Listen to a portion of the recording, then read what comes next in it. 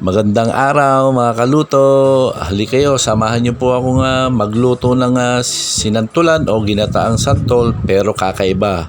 Ilocano version naman ang ating lulutuin. Halina kayo samahan niyo na po ako.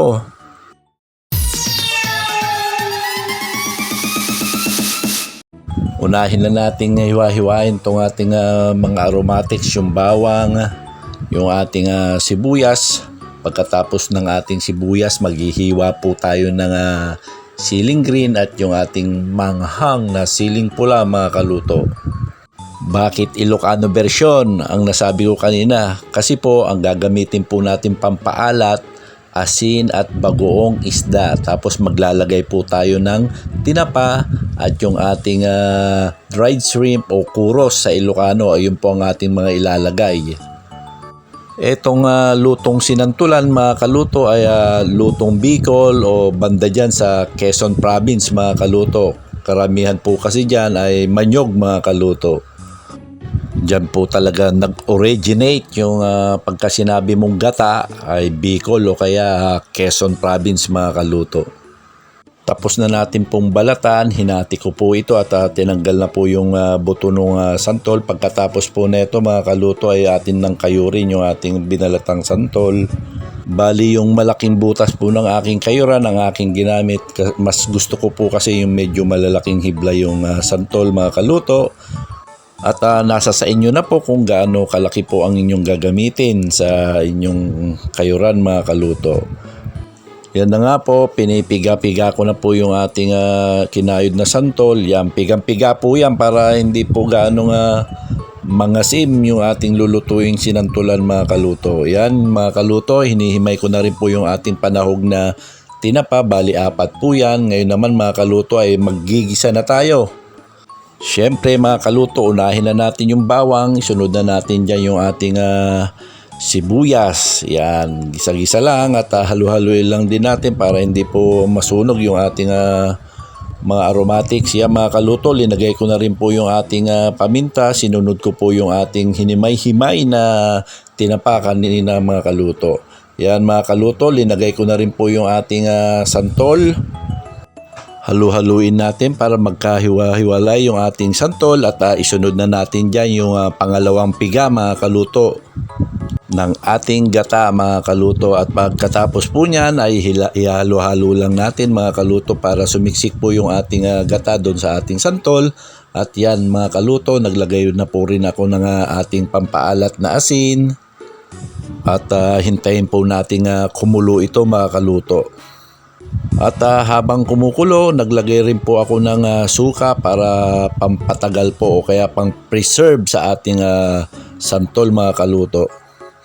Yan mga kaluto, linagay ko na rin po yung ating kuros o yung dried shrimp at halu-haluin natin para kumalat po yung ating kuros. At ilagay na rin po natin yung ating siling pula at siling green mga kaluto. At halu-haluin natin para kumalat yung sili. Pagkatapos niyan mga kaluto ay ilagay na natin yung kakang gata. Bali 4 na piraso pong nyog ang aking ginamit dyan mga kaluto. At halu-haluin natin para mag-penetrate yung gata doon sa ating santol mga kaluto.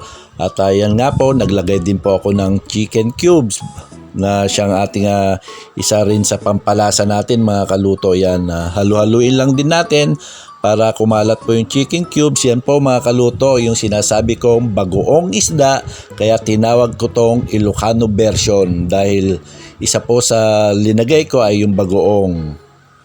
At atin nang tikman mga kaluto.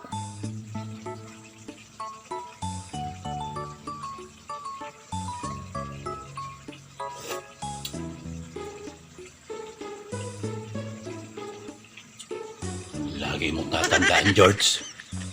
Masyak nagluto. Nagimaslat ta. Luto na yung ating sinantulan mga kaluto. Kain na tayo. At bago tayo kumain, magdasal muna.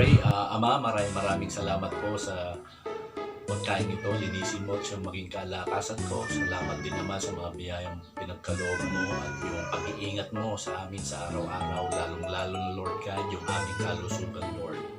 Lord, maraming salamat po. In Jesus' name, amen, amen. Magantayon, kakabsat! Nagluto akti kwaman sinantulan. Ilocano style. Ramanan tayong. Inikak ti bugoong na.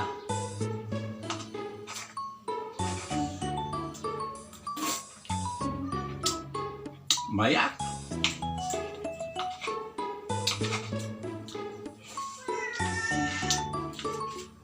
Inikak ti tinapana puros.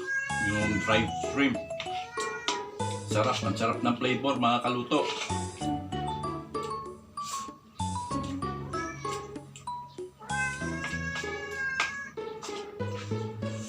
Sarap. Sarap pa nung anghang. The best, the best.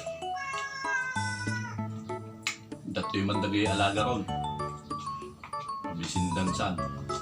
Sure kayo mga anak pa eh. Ayos na talaga. Marami kasi akong santol na nahingi dyan eh sa kapitbahay. So, naisip kong lutuin na lang ng sinantulan.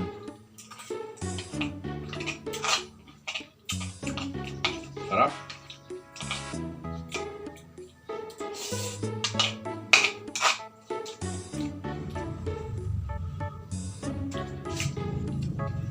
Lalong masarap to pagka may prinito pa mga kaluto. So abi yung anghang niya mga kaluto. Maglalambing po ang inyong kaluto. Mag-like, mag-comment, mag-share at papalo na lang po. Maraming salamat po. Hanggang sa muli, ito po ang inyong kaluto nagsasabing laging magdasal, count your blessing, and stay positive!